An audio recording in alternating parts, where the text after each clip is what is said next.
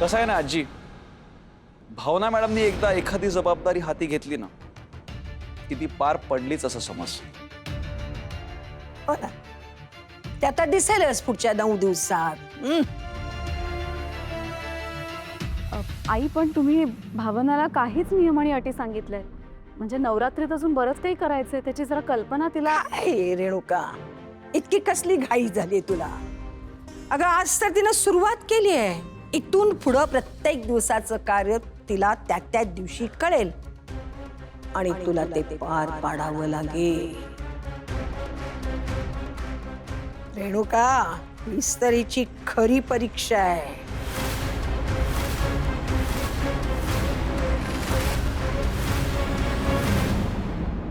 ठीक आहे आजी, मी प्रत्येक आव्हान प्रत्येक परीक्षा द्यायला तयार आहे. देवी आईची भक्ती करताना कुठल्याच गोष्टीची पर्वा करायची नसते आणि जर काही त्यात चुकलं माकलं ना तर देवी आई नक्की माफ करेल, कारण शेवटी आपण सगळी तिचीच लेकरं आहोत.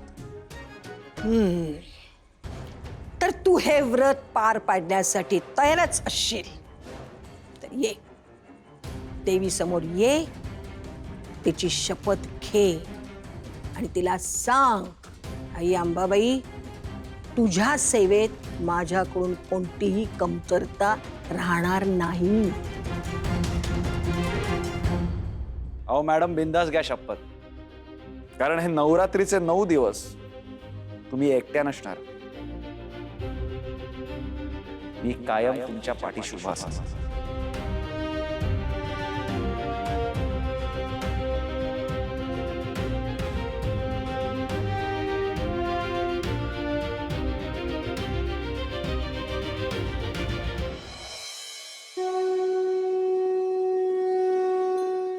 देवी आई, आजवर या घराने मला सून म्हणून स्वीकारल्यापासून माझ्यावर टाकलेली ही पहिलीच जबाबदारी आहे.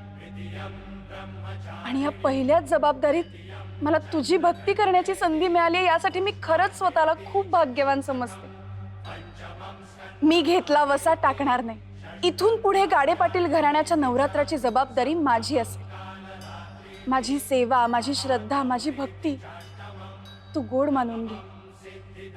इथून पुढे 9 दिवसात माझ्यासमोर जी जी आव्हानं येतील, ज्या दिव्यांना मला सामोरं जावं लागेल, ते सगळं अगदी मनोभावे पार पाडण्याचा संकल्प मी आज तुझ्यासमोर करते. देवी आई, मला बळ दे.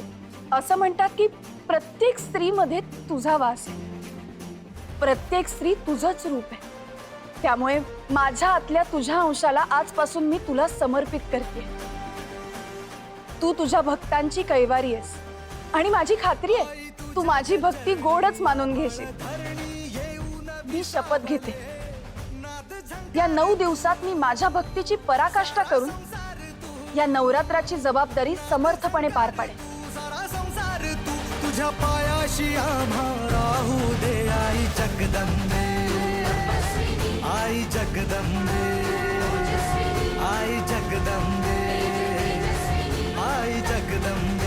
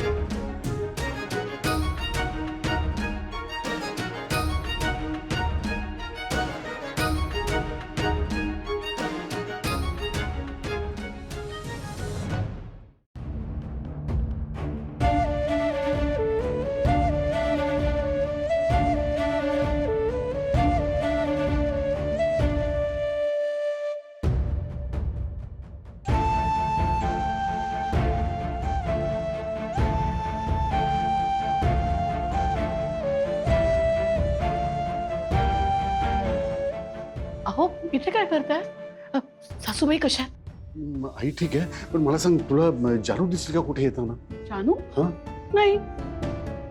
अहो इथेच होती ना ती. होती बरोबर आहे, मग ती आता कुठे दिसत नाहीये. म्हणजे नाही म्हणजे? अगं मगाशी काय झालं, मगाशी तिला इथे काहीतरी कोणीतरी मैत्रीण भेटली. जयंत मला म्हणाला तिच्याबरोबर गेली आहे कुठेतरी, म्हणून म्हणतो थोड्या वेळाने येईल. पण आता मला तिची मैत्रीणच भेटली. ती म्हणाली जानू तिला भेटून केव्हाच निघून गेली. आणि अगं हो, नंतर आमच्याकडे आलीच नाही. तेव्हा कळत नाहीये गेली कुठे. अरे देवा. अशा अवस्थेत कशाला जायचं ना कुठे जानूनी पण. लक्ष्मी, मला वाटतं आपण जयंतला पुन्हा एकदा विचारूया, कदाचित त्याला काहीतरी माहिती असेल. नाही, नको नको, मी काय म्हणते, थोडं थांबूया. येईल जानू. अहो आता लगेच जावई बापूंना नको विचारूया. खरं सांगू का तुम्हाला, काय ना की गेल्या काही दिवसात माझ्या लक्षात आल्या हो, जानूची खूप काळजी करतात ते. छोट्या छोट्या गोष्टींच्या बाबतीत खूप खबरदारी घेतात. आता तुम्हाला पण जानूंनी सांगितलं नाही, समजा त्यांनाही न सांगता कुठे गेली असेल तर त्यांची चिडचिड व्हायची. अहो इथेच कुठेतरी असेल, येईल ती. थोडा वेळ थांबूया. वेळ थांबूया ठीक आहे का, पण समजा जयंतनं विचारलं जानूबद्दल, काय सांगणार त्याला? अहो येईलच इतक्यात जानू. आणि अगदीच त्यांनी विचारलं तर सांगू आपण त्यांना काहीतरी. पण मला माहिती आहे ती येईल इतक्यात, तुम्ही नका काळजी करू. येईल ती.